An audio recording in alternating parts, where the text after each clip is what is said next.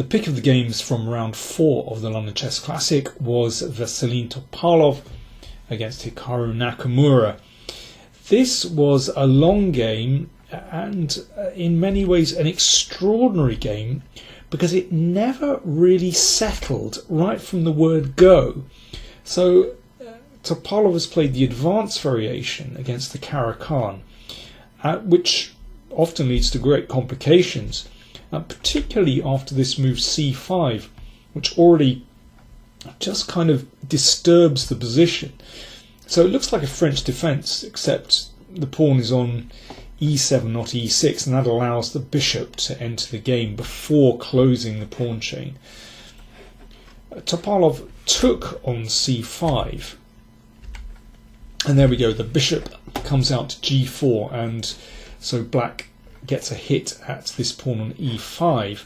I mean, there are various ways of playing this position, but what Topalov does is support that pawn on c5. So you can see already we have an incredibly unbalanced position, with white having these beautiful queenside pawns, but has given up his centre, extremely double-edged, and queen a4 check, I think, exposes one of the problems with black's position, that this bishop is outside the pawn chain, so can't make a simple block with bishop d7.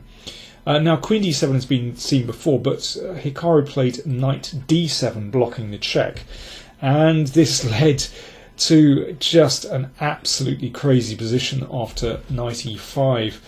And here, well, Topalov, clearly he's sort of in uncharted territory, and here he quite typically absolutely goes for it.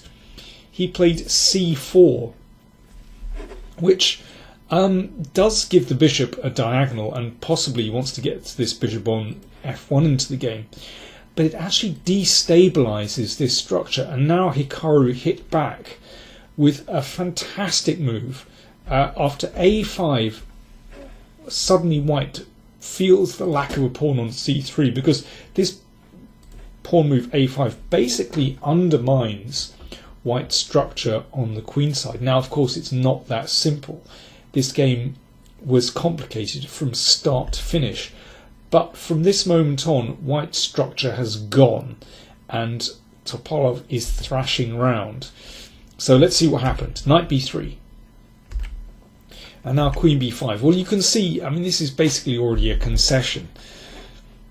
But it's still not simple after this move c6. And here, well, this is a crunch moment in the game, and I don't know whether Topalov underestimated black's next move or maybe simply overlooked it. If king takes, then clearly white is back in the game. But instead of capturing the knight, Nakamura played this very nice Zwischenzug, rook b8. So first of all, he hits the queen. So if the queen retreats, then king e7, and that pawn is covered, and black is just a pawn up in that position and stands very well. So at this moment, Topalov felt the need to complicate, or make it even more complicated. He took the bishop and gave up his queen. So we have mad complications here.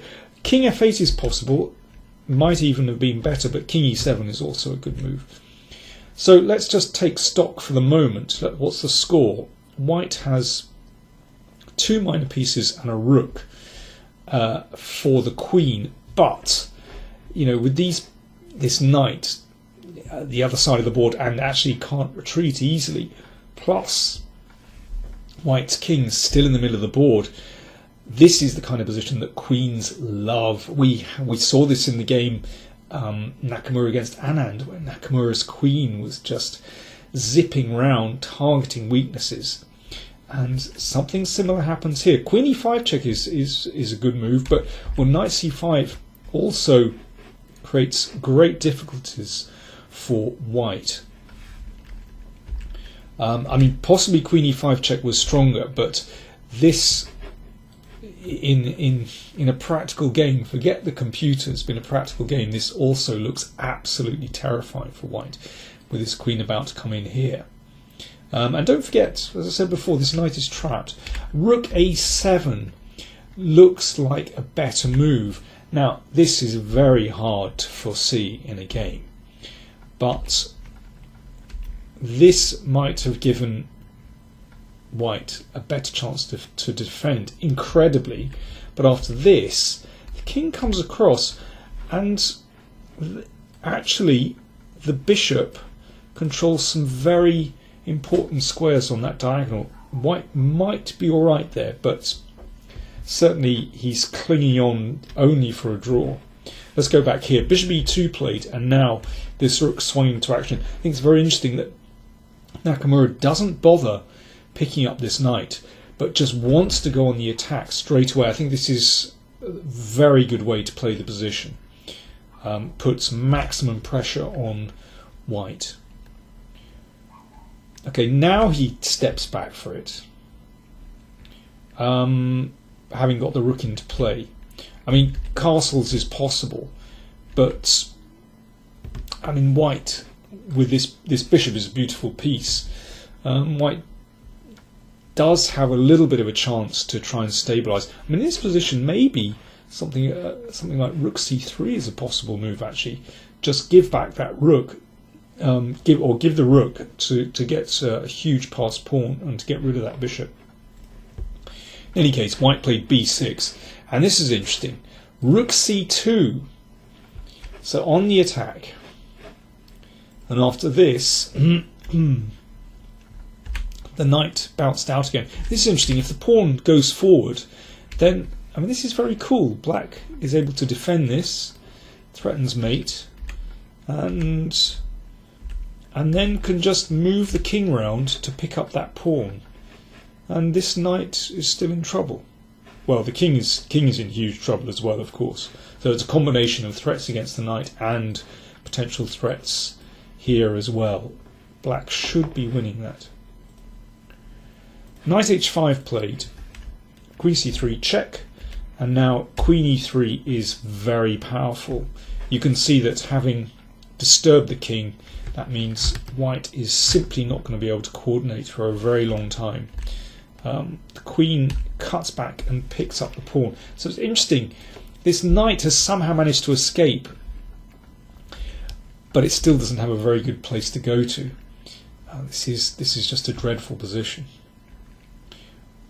G3, and now queen takes b3. So this queen is just proving deadly. This is a very interesting moment. Nakamura just brings his king around to a slightly safer spot, and that means that later on he can advance his pawns without fear of his king being exposed. That was a very, very cool move, I have to say. Very clever indeed. And he realises he does have enough time for that.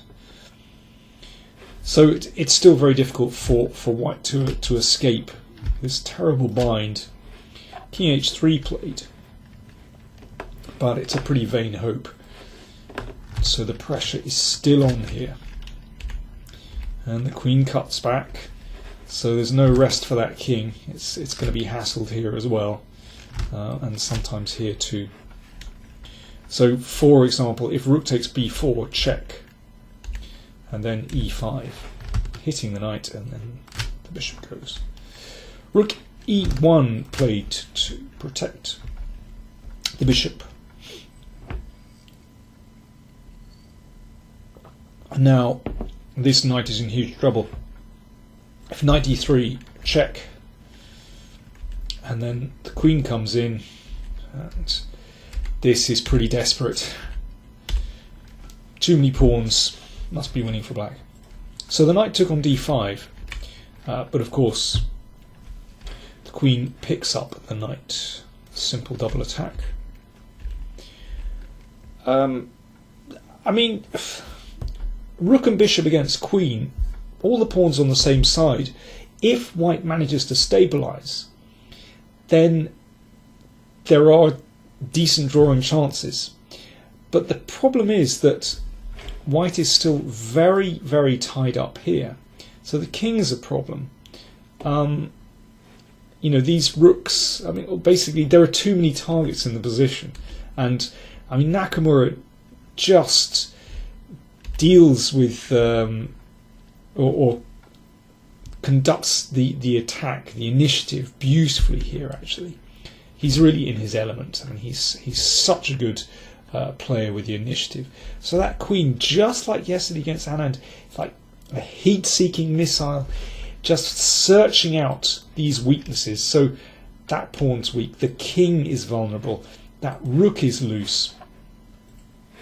And e4, another great move, just cracking open the king a little more. So here's just a typical variation of what might happen if that pawn is taken. So the queen would swoop in, threatening the bishop.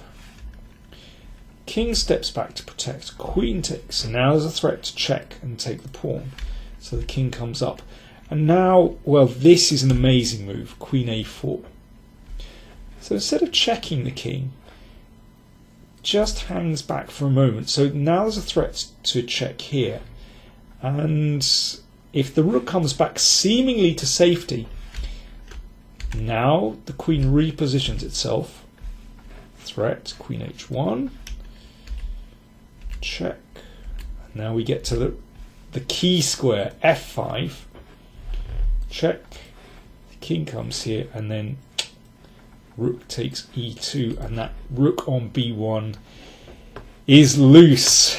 Very subtle, but you can see the power of the queen on an open board. It can switch back and forth and get to exactly the right square.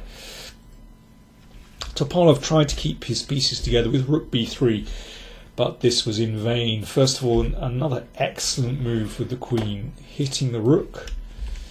And now after check, this forces the king out.